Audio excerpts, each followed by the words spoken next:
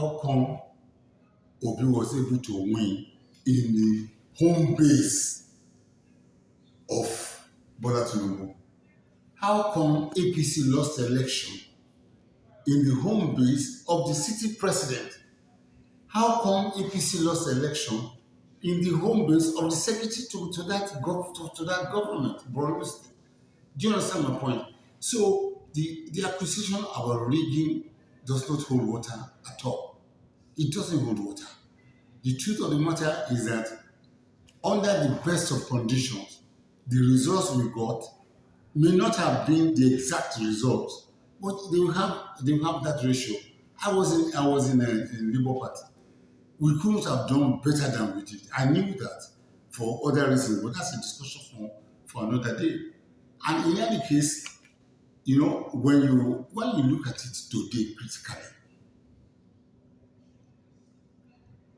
Bola Tinubu had come into this government with a better policy documentation than any of his two rivals, by far. Atiku is a magnificent, experienced, knowledgeable, and thoroughbred politician. I am telling you that I know that for a fact.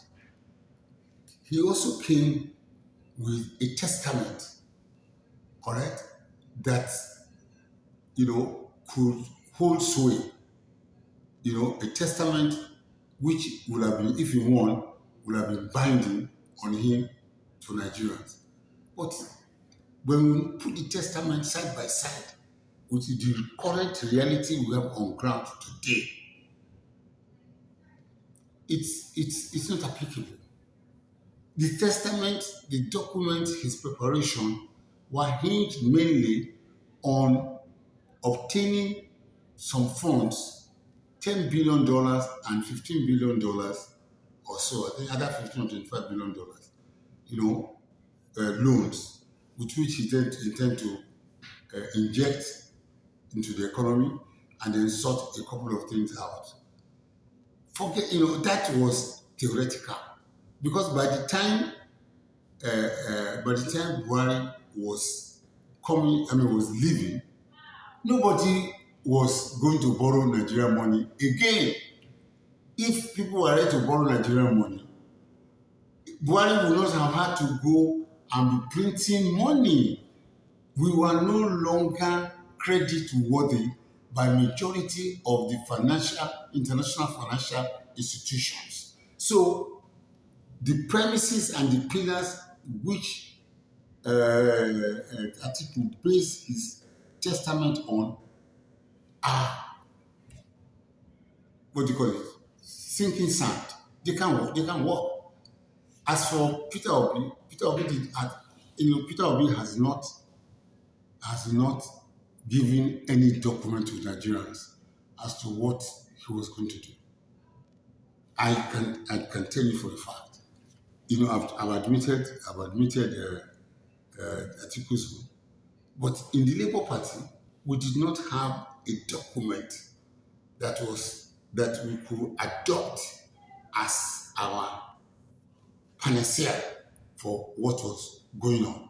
All we were saying was that we want to take Nigeria from consumption to production.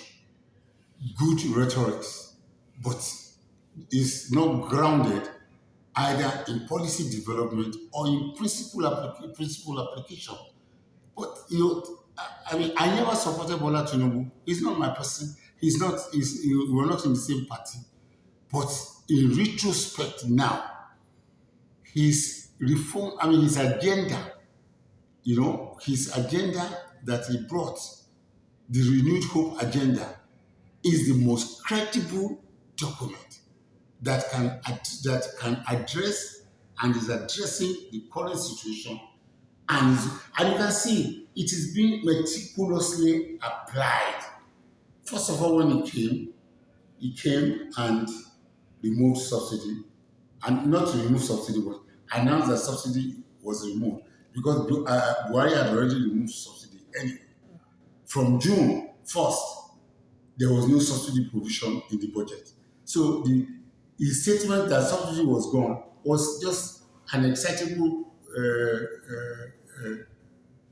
confirmation of an event that has happened. It was superfluous, but subsidy was actually removed. So he came, he removed subsidy. Next, he attacked the arbitrage, in the foreign exchange section. And that is what I blame Bola Tinubu and his government for. Unknown to many Nigerians, I mean, people were feeding fat on our foreign exchange earnings. There were people who didn't do any job. They just used their contacts in the CBN, collected $1 million every week, you know, got the difference, and made stupendous wealth. All that has gone. This man has stopped it. But it is cost. I mean, after that, I mean, see, he has now he implemented the student loan program. After that, he implemented this consumer protection thing, and providing money for low income groups and all that in a systematic manner. Monies that were being owed, over $7 billion that were being owed, and was going to cripple so many things, economic activities in the country, they paid them off gradually. The ways and means of 21 trillion naira that was a deficit has also been, neutralized. And you say that the man does not have a plan. Now, 2 months after coming to government, he put up a committee to look into the tax reforms for the country, which was in his agenda before he came. So this man has a systematic, reliable, focused, applicable agenda that can take Nigeria out of the woods. Okay, let's address some of the key issues you raised. One of which was the last one, the tax reform Yeah. before the National Assembly. There have been very, very stiff opposition from the Northern Front. Senator Alim Dume threatened another senator, the governors in the North, and the stakeholders. They're all threatening that should not see the light of day. Mark, Yes. I have been involved in Nigerian politics for more than 4 decades. For more than 4 decades. And 90% of that time, I have been in alignment with the North politically. So there is nothing that is going on in this country at our level that anybody can fool us with. There's a lot of sexual suspicion in this country. When the North is in power and they want to do some fundamental things, the South is suspicious. And say, look at the grazing law across the country. You saw how the South put together, without looking at its pros and cons, and opposed it. All right? Ditto this tax reform. For instance, people do not even know that there are 4 different bills, 3 of which are 1,010% desirable. The last time we reformed our tax was more than 40 years ago. So, so it is the issue of VAT that is causing problem. A majority of those who are opposing the bill today, a majority of them have not had the opportunity of reading, understanding, and dissecting the implications of the bill. You mentioned my brother, Senator Ali Ndume. Ali Ndume himself publicly said on television that he has not read the bill. So how can his assertion become law? It's not possible. He has not even read the bill. With all humility, I have read the bill. It's the best thing that can happen to this country. Number one, poor people and people of low income bracket are being removed from excessive taxation. You know, small and medium enterprises are being relieved of taxation. Do you understand my point? Taxes are being moved up for the higher income end, and that is what happens in civilized world. Now, the issue of VAT is so simple. The question is, do we pay VAT? I mean, do we record VAT at the point of service delivery, at the point of consumption? So these are the issues. This VAT bill tries to take care. For instance, let's look at the communication. MTN is based in Lagos, so they pay their VAT to Lagos. So Yope is not taking anything out of that. But this tax bill is saying that that is not fair. So from whatever MTN pays, a certain percentage will be given to other states where MTN and some of these multinationals are not domiciled. What can be wrong with that? So if there are issues of percentages and all that, we negotiate it. We don't need to blackmail each other. And you cannot throw out the baby and I mean the water and the baby inside it. It's not done anywhere. We must do things and we must move to make progress in the country. But the argument is strengthened by the vice president that chaired a committee that called for the suspension of the bills. Does it appear to be a crack I in the don't think presidency? so. I don't think so. I think the vice president was just playing a Democrat. If you preside over a meeting and there are 30 of you and 20 say that this is what we want, it will be draconian, undemocratic for you to bring an issue or communicate that's against that. It's not a matter of practice, it's a democratic process. It's okay and it is healthy. But the president has resolutely said this process has commenced. Let us go through normal process. You talked about P2B, whom you were his DG Correct. at the point, and you said the party had no document like Atiku, like the president had. We didn't have. Are you saying the argument that if Labour Party had won, the party wouldn't have governed properly, Obi wouldn't have governed I'm properly? Is not that what you're saying saying? that. What I'm saying is that we didn't have a prepared document for national development. We didn't have How it. would you then have governed? Obasanjo, when he came into power, didn't have a national document. Yar'Adua didn't have a document. Goodluck Jonathan didn't have a document. Do you understand my point? So it will just mean you go to the office and then start to deal with the problems as they come. That is why I'm saying that in the villa today, you do not only have a very grounded, experienced politician, you have a very strong technocrat and a reformer. For the first time in so many years, a president is coming into office and with his roadmap, and which can stand the test of time. I'm not criticizing anybody. I'm just stating the facts. It's not, this is the truth. The truth will have to be told. This is the truth. A lot of critics have said you are even speaking louder than the voices that are supposed to speak for the president. Is there a lacuna in dishing out information from the presidency? Are you filling in the gap, or what is actually I am not happening? filling in any gap. I am propelled by my own personal passion. And like I've told you, that is who I am.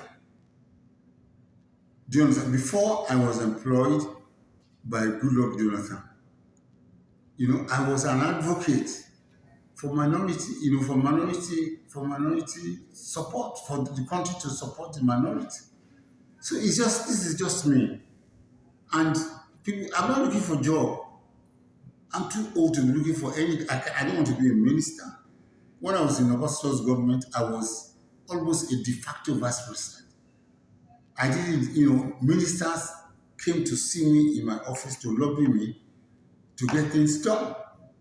So why should I want to now be a minister to go and lobby another Doyin Okupe in this administration to be anything?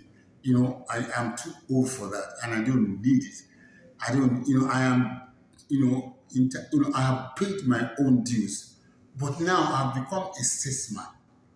And there are not many of us now on ground. That's the truth. The statesmen are growing, and we are also not handing over to cultured politicians. That's the disaster.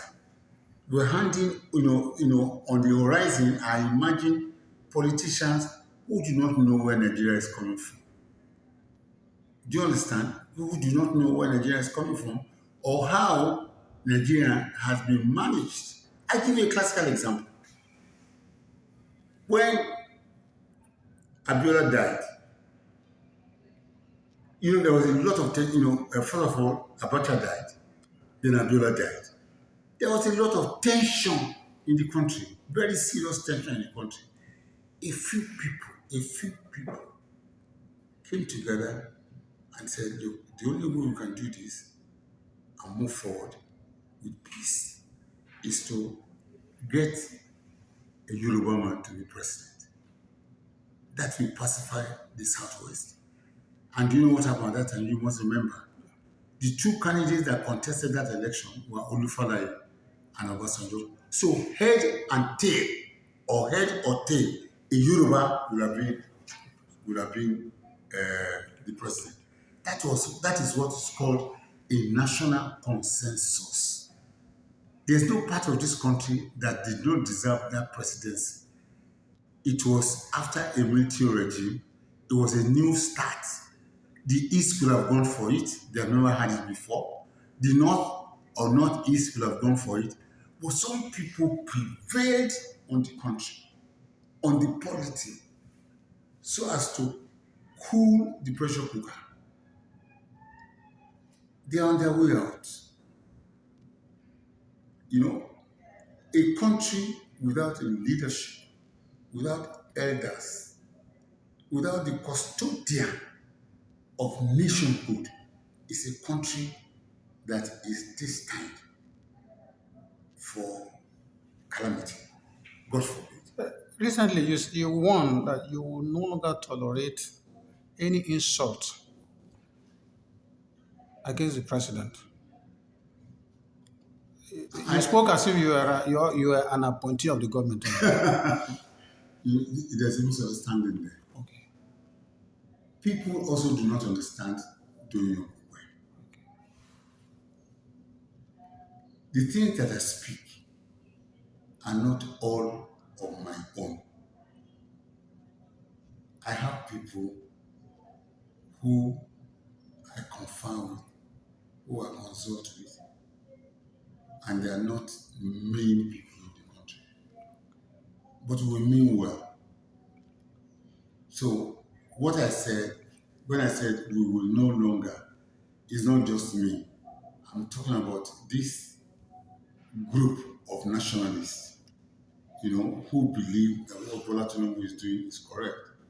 We will no longer tolerate just irresponsible insults and abuse for a man that is suffering daily, that the country will make progress. You can criticize, but calling the president drug baron, thief, stolen money, it's just all nonsense. Elections are over. Opposition can go back and look at how they lost, look at what the present situation in the country is, and how they can maximize their efforts, to win in the next election. What has threatened the argument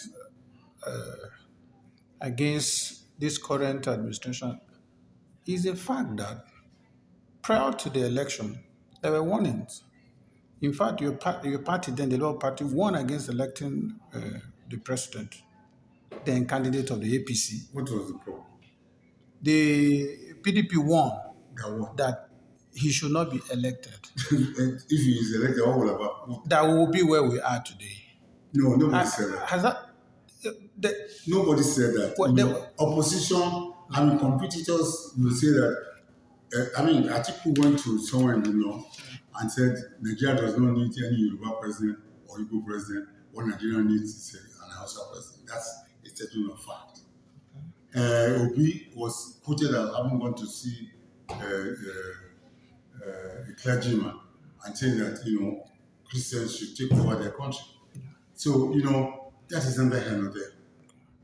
That is here. That is what politicians are. You bring in a competition, all is fine, you love and war. You can say whatever you like, to discredit your opposite. Your competitor. But once election is won and lost, governance is the next thing. What I expect, what I expect from opposition, if I was the contestant in the last election, it's a pity I did not contest. Today, when Bola Tinubu brought this tax reform, is either I will publicly align with it and give some amendments to it, or condemn it and provide my own. The level and the quality of policies we play is demeaning. Bola Tinubu, you can use the whole that is, what we need is we need to see the cerebral quotient, the cerebral capacity, the administrative, expertise, the projected economic competence and alternative that the opposition can provide. Not lame duck criticism of things that are not important. That's not it. that would be dismissive of what Obi particularly has been doing. As every government policy since this administration started, he has always provided the alternative. He has always looked at the issue, the policy, and said, "Look, this is wrong, I don't and think this so. is I correct." don't think so. I follow politics very, very closely in the country. Have you not? What He did talked about the road, for instance, like the Lagos Calabar road, yes. how it would be a drain, and at the end of the day, it would be abandoned. That is a Eh, projection on his own mind. You can see that today that road had been on the drawing board for 25 years. And it is typical of Bola Tinubu to try to tread where others fear to move. Various governments have failed to even lift it off the map. But that's Bola Tinubu for you. The Badagry Sokoto Road has been in the drawing board of national development for 50 years, 5 decades. But Bola Tinubu has brought it up. So, any politician can say whatever they like. The first quarter of this Lagos Calabar is almost completed, and another one that started from Calabar itself moving forward. So you cannot just say it will be abandoned. And if it has been on the plan for 20 years and it's not done it now, in 10 years' time it will cost 10 times what it is today. So it will never see the light of day. And the economic impact on the nation is unimaginable. So that is not, for me, that's not a cogent criticism. It's not. but the fact remains that Obi has provided provided alternatives. No opposition candidate has provided any credible alternative to the policies of this administration. Not one. Okay, let's look at the government policies and how these policies have affected Nigerians, particularly the masses. You alluded to the fact that the government that there's hardship in the land. Very serious hardship. It, does it appear to you that the government is doing the right thing, particularly when it comes to cutting costs, leaving what the government has been preaching? not acquiring jets, not frequent traveling, not spending so much Ma, amount. ma, please. By the way, let me put it. Obi alluded to this fact too. He enumerated this and said any serious government. These I are want to show pure, example. these are pure discussions from very untasked minds. Look, I've been in government several. I've been in government before. The president buys a jet. So what? The president needs to move around. Do you understand? The president, people say that Britain does not have a presidential jet. That's total nonsense talk. The British Airways carries the Prime Minister of Britain. The British Airways has more than 1,000 planes in its fleet. Some are reserved for executive travels. For a fact, I tell you that. So, I will want my president to be safe anytime he's on board. And regardless because, because, you want to save money. Even if you are the managing director of UPA, for instance, or a company that is not making money, so does that mean now that you now go and buy a third, a second-hand Volkswagen to move around so that you can be shot by bandits or kidnappers? You still need to have certain paraphernalia of office. And I'm saying that in real terms, in real concrete terms, these monies are minuscule. They are infinitesimally small compared to what a nation's finances or financials can be impacted on. It is a docile discussion. Okay, people say that lifestyle. I agree. Bola Tinubu is 70 something years old, 72 years old. All his life, he has lived an opulent life. Even when he was not he was not a governor. Do you understand my point? He's like me. Do you understand? I have always been a flamboyant person. Do you understand? So if I become president now and you stop wearing agbada, or wearing, nice dresses, it is not. Maybe he may. I'm advising that Nigerians like their president to be a pretentious person. Let you go and buy Ankara and be wearing it if that will please people. But you see, the hood does not make the monk. The Bible says, tear your heart, not your clothes. It's not what the man is wearing or the way he's moving around. It is what is in his mind. I met him, I spoke with him for 1 hour, and I see a man that is dedicated to pursuing what is good for the nation. I see a man that is committed to finding solution. I see a man that is not rigid. I see a man that is hoping that God will help him to resolve this situation. I told you, I even prayed with him. If he's a man that thinks that he doesn't, there's no problem, he will not pray with me.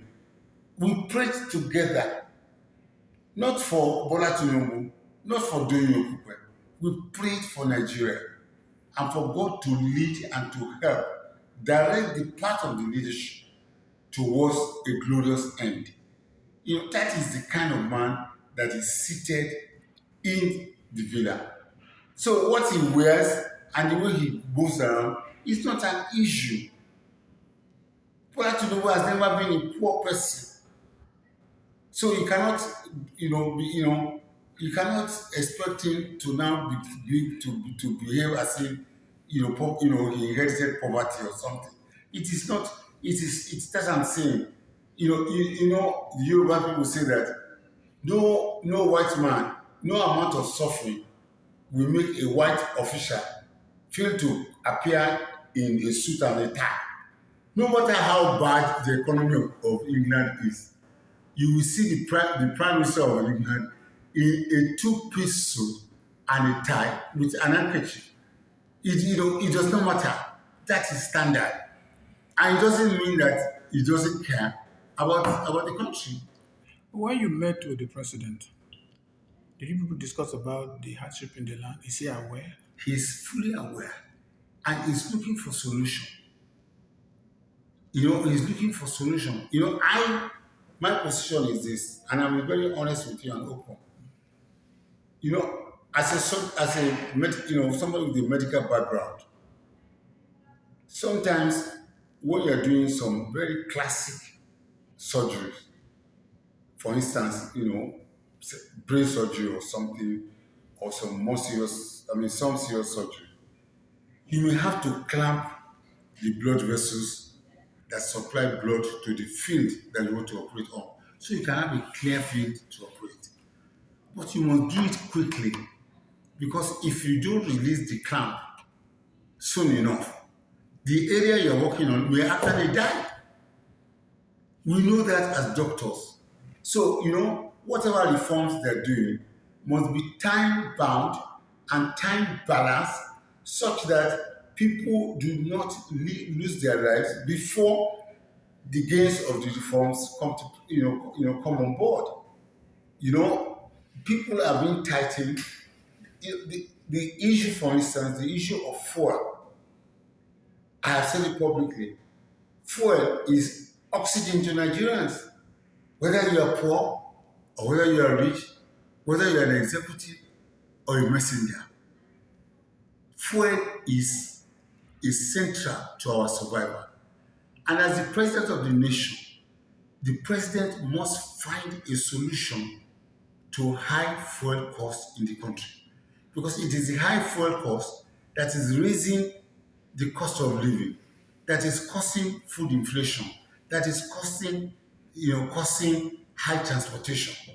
These are the things that are killing Nigerians. And palliatives can hardly address them. But you see, it is one step at a time. Now today that they have totally, completely consolidated the removal of fuel subsidy, the NNPC has paid a lot of its debts. They are now above water.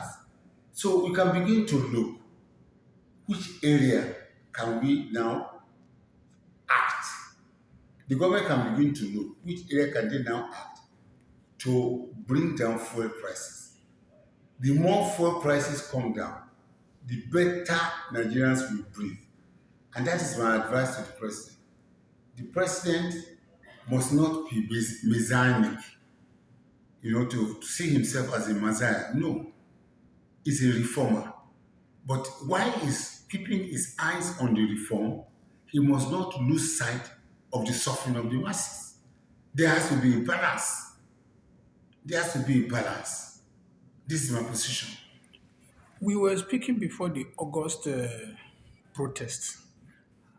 Afterwards, we continued speaking. Were you worried the dimension that protest took when they were flying the Russian flags and violence, violent demonstration took over the entire north? Were you worried for the president? That protest, number one, the right to protest is legitimate and is inalienable for every Nigerian. But I knew that that protest had the hand of opposition and some other people who do not wish the administration well. It was very clear. Can you be more detailed? I didn't know that. You said the opposition, broadly speaking. No, the opposition is the opposition in the country, but it's not just the opposition. There are people who are not in opposition, but who, by what is going on in the country today, their livelihood is being seriously hampered. And it is mostly illegitimate livelihood. People who are benefiting from foreign exchange arbitrage, for instance. People who are benefiting from fuel subsidy, for instance. Do you understand? they are not necessarily in opposition, but they will want a situation where this government can be harmed in any way possible. So, what has good governance got to do with people asking for military to take over government or flying Russian flag? So that shows you that there are more than meets the eye in this matter. But it is good. I think it is a divine intervention that it was limited to what we saw and we observed. But majority of reasonable Nigerians know that that's not the solution. The orgy of violence in that protest was in the north. Did it appear to you that there was ethnic coloration or some sort in that protest? There were influences from some people who are, you can call dissidents, who for whatever reason, political or financial, do not wish this administration well. And they took advantage of the situation, and you can see. I am surprised that, yes, there were minors involved in the recent arrest, but it was not just only minors. If there were 70 people that were arrested, maybe about 30 of them were minors. There were 40 other people who are not minors. But everything now is doing the package as if everybody was a minor. That's not true. Then even if they were minors, Mark, you and I, are we going to allow our children who are 30 years old to take part in demonstrations? So what situation allows that to happen? And then these children who I would have expected the police to interrogate and find out who gave them flags to fly. It's important. For national security issues, it is important. But everybody had been blackmailed, everybody became jittery, including police and government, and everybody now the villains are treated as heroes. They went to Kano State. I mean, they were received by the vice president of the country. That's an anomaly for people who were allegedly to have been involved in burning down of institutions and premises, destroying properties and lives. Even if you are going to say minors should not be prosecuted, there was no need for the vice president of Nigeria to meet with them. No need, absolutely no need. And then to make matters worse, when they got to Kano, they were they were given celebrity status. They were given iPhones plus 100,000 naira each. So validating their role in that. Was it Kaduna you meant? Eh? Was it Kaduna you meant that gave them iPhone? I don't know. One government gave them phones and they gave them 100,000 naira each. I'm not saying don't give them money, but we cannot celebrate criminality. This what I'm saying may not be popular, but you see, we're laying down precedents. If people tomorrow in the southwest say that the Yoruba nation must be allowed to go their ways and they destroy lives and property in Lagos, Ibadan, and all that. And we found out that they are youngsters, 12 years and 13 years and above. I mean, and above. So does it mean that we will now go and embrace them, cajole them, comfort them? That is not how to run a country. Yes. Do you have a feeling that the North, not having their way in certain areas, they've been complaining about appointment into the security, appointment to certain key positions. venting their anger in these areas to whittle down the influence and destroy, possibly bring down the government. You must have heard many commentators say that we will not forget, we will respond in 2027. Some subtle threat on the potential candidacy of Bola Tinubu for 2027. But like I told you, those of us who are matured, who understand this game, we are completely unperturbed because we know how presidents come to power in Nigeria. It's not by subtle threats, it's not by recalcitrant and irresponsible pronouncements. It is done by consultation. It is done by compromise. It is done respecting interests of various zones and regions. That's how presidents have been produced in this country. I have been involved in many, and I know even in very dastardly situations how these things are done. All these new fights, political new fights, and armchair politicians, and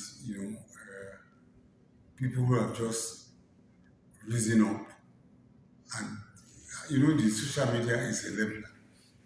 There's citizen journalism.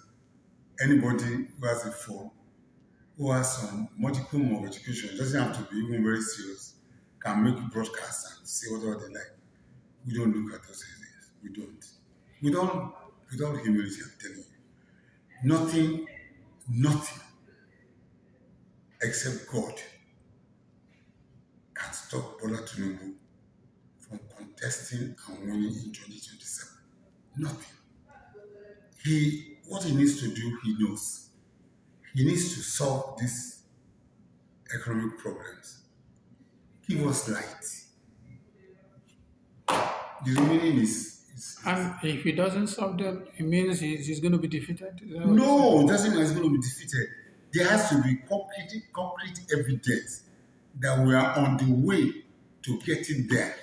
What did Buhari do to get second term? He didn't do anything in the first term. He didn't promise us anything for his second term, and yet he became president for the second term. What about the man that is actually doing something? So even in the face of the coalition talks, NANPP, Let the me tell PDP, you, and Labour I Party, have been involved in several coalition talks. It's political masturbation. I'm sorry for using that language. It may be vulgar, but that's the truth. When a man masturbates, there's no woman around for him to satisfy his sexual appetite. So he self-masturbates. That's what you're seeing. It's political masturbation. It cannot produce a child because it is not, there's no coitus between man and woman in it. We are not worried about it. The politicians are restless and they like meetings and they like relevance and they like publicity. So what you're seeing are publicity stunts. Obi, Kwankwaso ticket. Atiku said if the PDP agrees, he's going to step down and allow these two to go against Tinubu in 2027. They nailed down the entire north. They nailed How down the they south, south, and the southeast. And you think that is not formidable enough to remove the president? it may be formidable, but it's not enough to remove a sitting president. It's not. It's not. And I know what I'm saying. And when we get to that bridge, we are going to cross it. I am saying confidently that there is no political permutation today that can remove Bola Tinubu from office or stop him from winning election in 2027, provided that what I said, is worked upon.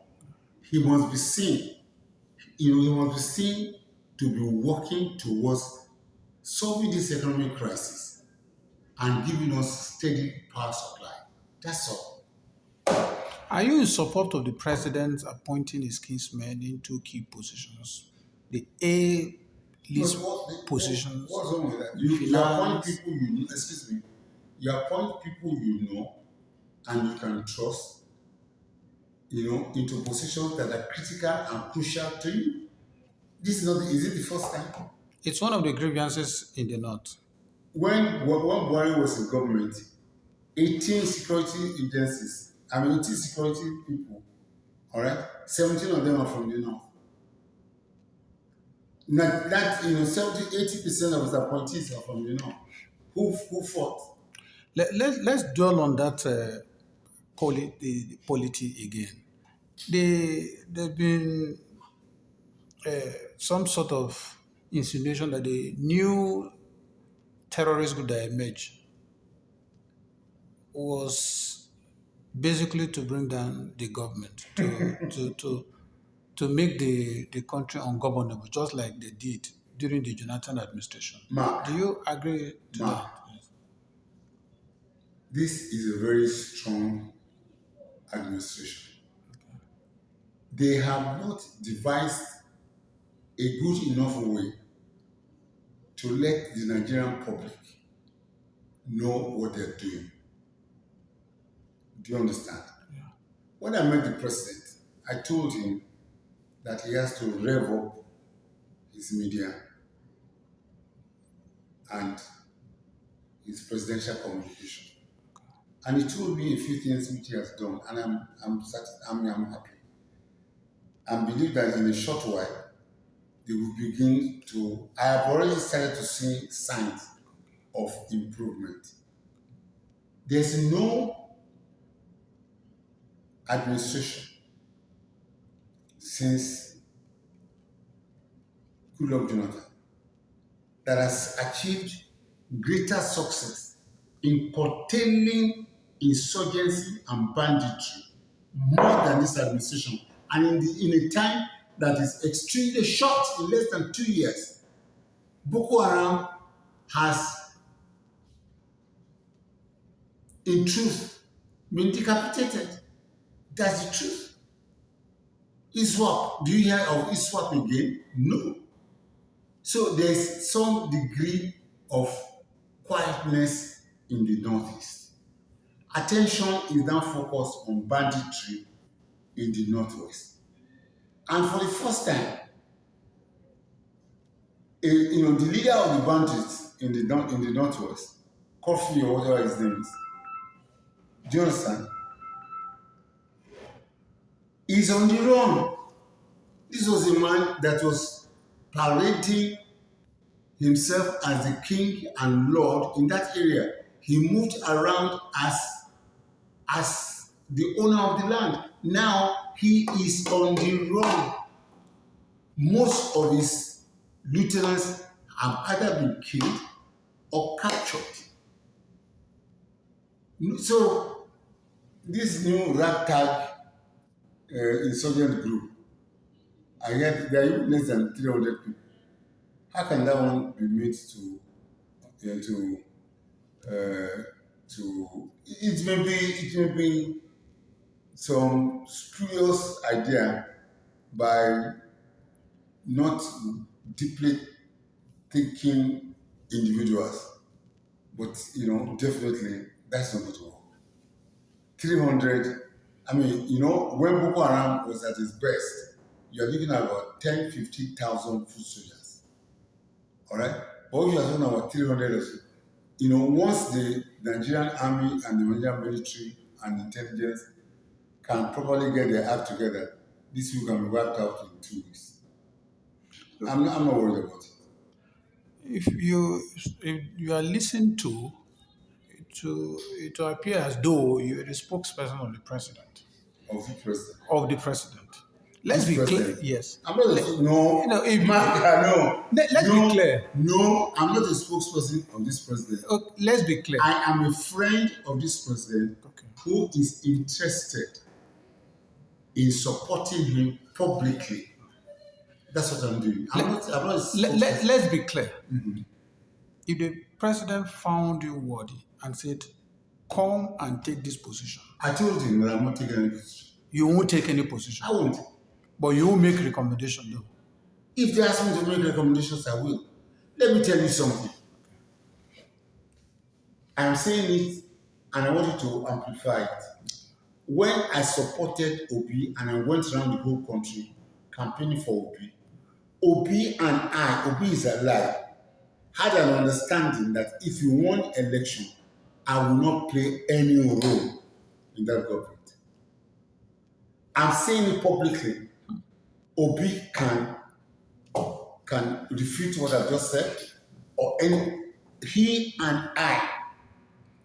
That was at that time. So he and I agreed that I consented. I've done my bit. I don't need anything. Nigeria has been too kind to me. God has been superfluously merciful upon me. I don't need pussy, but I can't keep quiet. If things are not going right, I'm not a person that keeps quiet.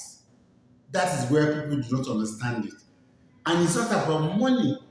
If it was about money, why would I leave why would I leave Atiku, leave Bola Tinubu, leave Wike, and support Obi who doesn't spend a dime? So what do you mean, who doesn't spend the time? Obi doesn't spend. Is it bribing? No, it's not bribing. Even, as Director General for Peter Obi, I use my own personal vehicle. You were not, let's be clear, he wasn't funding your activities. He was funding the campaign. I was my office was funded by a mutual friend from which I was able to retrieve small amount of money as salary. Did you make any budget available? The team did not make any budget available? We had budgets, but mainly it was for campaign. So the funds that were donated, because the report said you people raked in a lot of By money. that time I had left. Funds were donated, but I don't have the details. I don't know the details. I have no hands in it. I was not part of it. In other words, when you were there, Obi did not make any funds available. The party did not make any funds available for your activities as the DG. For DG, I told you, a mutual friend called Obi and I and said, Doyin, what do you need to run your office? And I gave a budget. And that money was made available to you? Yes. And that's how we ran it. But then, 70% of that money was diverted by me to pay some obligations that the campaign had. For instance, the party office, we did not, it was given to us free, but the renovation was stalled because we didn't have money. I think it was about 15 million or so. I had to take out of that money to sort it out. When they finished the renovation, we needed to furnish the office. I took part of that money also to pay a deposit for furnishing and promised to pay the remaining in 2 installments, which Peter will be paid. So it was not about money, it was commitment. So I laugh when people say that now where belief follow. Very stupid and idiotic. I have been a rich person all my life. I was brought up and grew in a family that was wealthy. Money has never been an issue. My father founded a bank before independence that has become Agronwe Bank.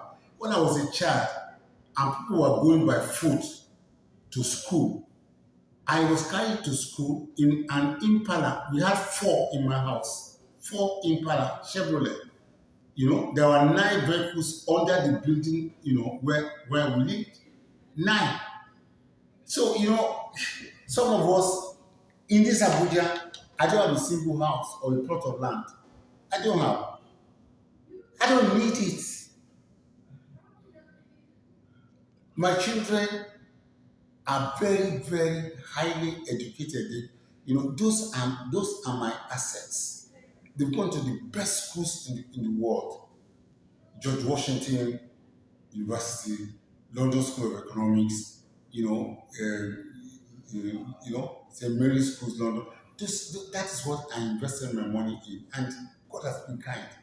If I need £5,000 a month today, and I want my children to put it together, they will do it. They and their husbands and families and whatever. But I don't need it. Today I live in a place where it's only myself and my wife, only two of us. What can we eat?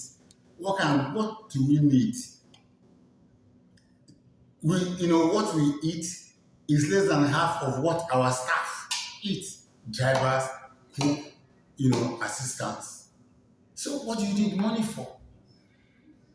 I don't need money. And I can never be persuaded or made to do things just because of money. No, it's not possible. It's not. Did you inform Obi you were leaving, you were stepping down as his DG before you left? After the judgment, I sent a message to Obi that I don't want an albatross. I don't want to be an albatross on the party where we'll be campaigning and say, look at our next committee is MD and I mean is DG. Said, let me bow out at this point. Quite a lot of people in the party said, no, no, no, no, no. Doctor, don't do this, don't do this. After all, you have appealed. So, it doesn't mean, you're. I said, no. What is fair is fair. I decided to step